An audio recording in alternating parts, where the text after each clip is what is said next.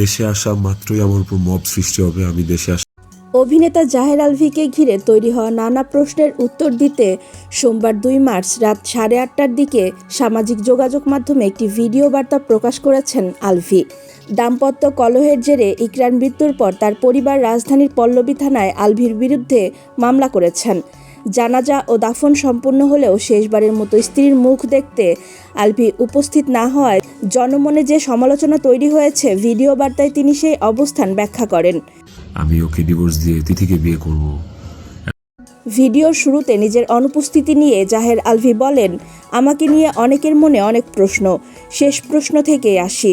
দেখলাম অনেকেই বলছেন যে মানুষটা তার ভালোবাসার প্রমাণ দিতে গিয়ে আত্মহত্যা করলো, একটাবারও শেষ দেখা দেখতে এলাম না কেন?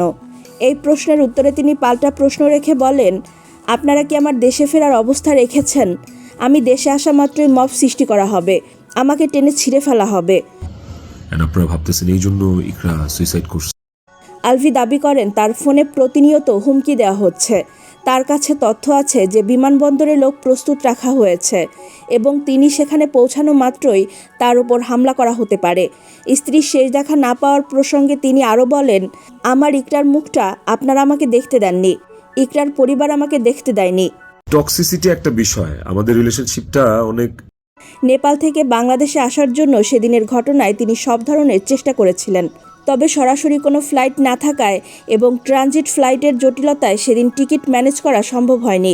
পরদিন যখন তিনি ইমিগ্রেশন ক্রস করার প্রস্তুতি নিচ্ছিলেন, তখন জানতে পারেন বিমানবন্দরে ঢোকা মাত্রই তার উপর হামলা হবে। নিজের নিরাপত্তার কথা চিন্তা করেই তিনি তখন আর দেশে ফেরেননি।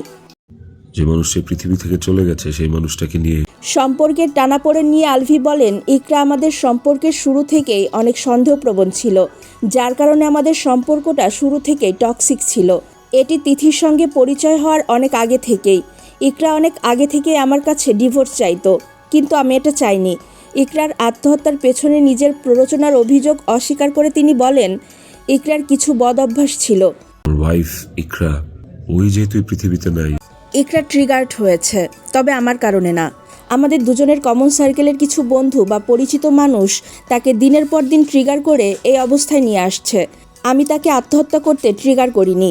মৃত্যুটা এমনিতেই আমাকে যে ট্রমা, আমি যে কোনো সময় কোনো একটা দুর্ঘটনা ঘটে আমাকে আসলে পাথরই বানায় ফেলছে একরকম। দিয়ে দাও, আমার আসলে ওকে ডিভোর্স দিয়ে দেওয়া উচিত ছিল, তাই